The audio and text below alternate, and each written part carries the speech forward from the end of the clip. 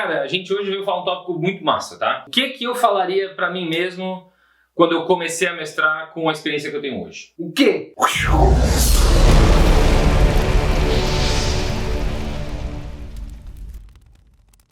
Então, a ideia surgiu o seguinte, eu tava vendo alguns vídeos na internet e eu achei super bacana o pessoal voltando a pensar como eles começaram a mestrar e o que foi que eles estavam fazendo quando eles começaram a mestrar e o que eles poderiam dar de dica hoje em dia depois que eles estão um tempo mestrando. E esses vídeos tu tava vendo no canal Noite de Jogo? Não, porque a gente tá fazendo isso aqui agora. Aí se você não tá vendo o canal Noite de Jogo, você pode dar like, você pode assinar e você pode se inscrever. Muito bom, pessoal, muito bom. Muito bom, excelente. Nada, viu? Do nada. Do Neida. Mas é o seguinte, uma das dicas que eu falaria para as pessoas que estão começando a mestrar hoje, que eu gostaria de ter recebido na época, é deixar o jogo rolar mais. Né? Quando eu comecei, eu estava muito preocupado em fazer com que as coisas chegassem em tais lugares, sabe? Fazer com que os aventureiros chegassem na caverna do monstro que eu queria que eles chegassem. Eu queria que eles fossem até a cidade onde iam acontecer os eventos. Então, e às vezes eu estava tentando cortar a coisa que eles estavam tentando desenvolver para poder eles irem naquela direção, sabe? Então o que eu daria é deixar um pouco mais solto o jogo e ter bastante coisa preparada, mas estar disposto a poder modificar um pouco a tua aventura ou poder fazer alguma adaptação para que tu possa usar aquilo que tu preparou. Mas não simplesmente pegar e jogar os jogadores num caminho, ou seja, ficar muito aflito, sabe? Porque eu ficava nervoso de, cara, eu não vou usar nada do que eu tenho aqui. Preparei um monte de coisa e eu não vou usar. E na verdade acho que a dica é let it go. Por exemplo, quando eu preparava uma aventura, às vezes ela tinha várias cenas no meio do caminho.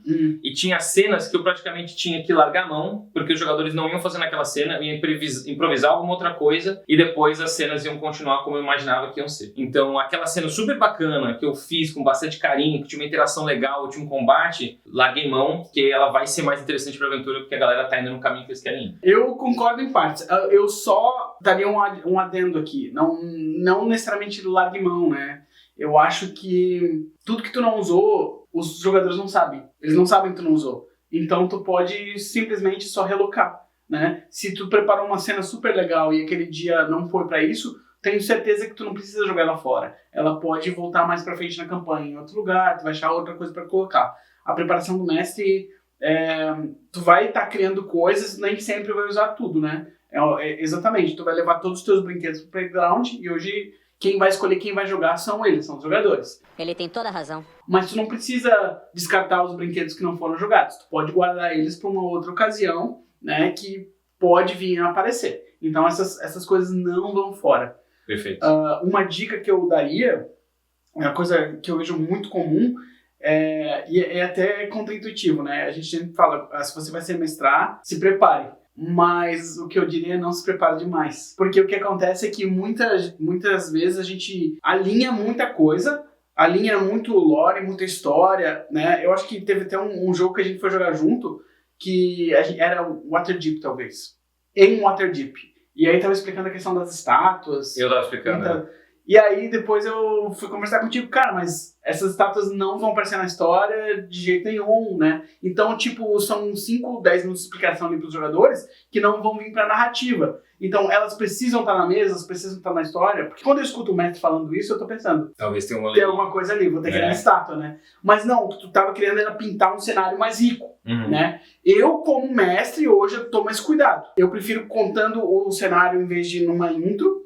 Durante a história as coisas vão aparecendo enquanto eles interagem, né? E se não vai ter valor na história, eu tento omitir. Então, nem criar isso. Nem criar, nem botar muito pensamento nisso. Eu acho que é uma excelente dica, porque eu também tenho uma coisa que eu acho que tem tudo a ver. Quando tu prepara demais, às vezes tu fica muito naquilo, né? Tu tá muito comprado com aquelas ideias. E às vezes pode ser que teus jogadores... tô trazendo uma outra dica aqui que eu nem tinha pensado. Tem uma dica que funciona super bem, que é o seguinte: adote a ideia dos seus jogadores. Você preparou uma aventura e tem uma ideia de vilão, que tem uma ideia de plot, tem uma ideia de um mistério, e às vezes os seus jogadores estão conversando na mesa e eles falam uma ideia melhor que a tua. Essa é a ideia que você pega. Adote essa ideia, não tem medo. Antigamente eu não queria adotar essa ideia porque eu achava, nossa, que ridículo. Eles têm uma ideia melhor que a minha. Não, vai ser a minha. E eu tentava fazer a minha ideia ser melhor. Mas os jogadores, eles estão no controle da história. Eles são os protagonistas dessa história e quando eles criam uma versão, ou seja, porque eles estão desenvolvendo ou porque eles pensaram coisas diferentes, pega essa versão, cara. Eu vou dar um exemplo de quando eu acho que isso acontece, que eu não tenho essa informação. Tá. Mas se você ouviu o Nerdcast Ravgano, o segundo, que é do Cavaleiros do Caos, eles chegam lá nos monges e começam a apontar o dedo na cara. São os monges! E o Jovem Nerd, não são, nada a ver. São sim, 3 irmãos, é muita coincidência. Aí o Jovem Nerd, são! E começa o combate. Eu acho que não era e ele só aceita, sabe? Só aceita pro jogo rolar. 3 regentes são esses 3 caras que tomam conta da cidade, porra. Não, cara, esses 3 regentes não são os filhos da mulher, pô. Mas é muita coincidência. Eu vou com a ponta do meu indicador bater no nariz dele, assim, ó. Tu tá querendo me enganar. Mas o que é isso? Como assim? O que o senhor quer dizer? 3 irmãos contando a história de 3 irmãos malignos. Por que contaríamos essa história? Os senhores estariam tão felizes por sua chegada assim? Ou talvez o guardião seja pra proteger que vocês saiam daqui, nós é que fizemos a coisa errada. Olha, puxei a espada. Eu acho que foi muito bem colocado, acho que sim, porque e esses momentos, cara, chega uma hora que é o grupo, né, cara, não é tu construindo a história, é ser só mais um junto com a galera.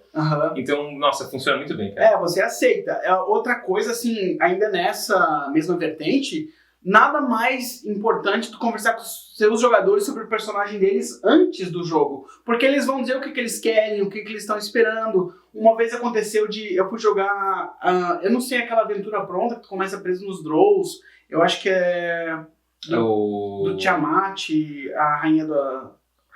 alguma coisa assim. Não importa, não lembro qual é a aventura pronta. Eu sei que eu montei todo o meu personagem, era um clérigo, ele tinha um token, sabe, E a aventura, na verdade, o mestre não falou pra mim, eu não sabia, ela começa contigo sem nada, assim, tu começa preso, sabe, tu tira todos os itens. E a gente foi lá, escolheu os itens, sabe, e tal, e eu fiz um carinho, assim, imagina onde eu coloquei toda a minha fé, tipo um item que representava, tipo, todo o apego do meu personagem e ele já perdeu no começo. Se tivesse rolado uma conversa com o meu mestre antes, talvez eu tivesse pensado em fazer de outro jeito, sabe?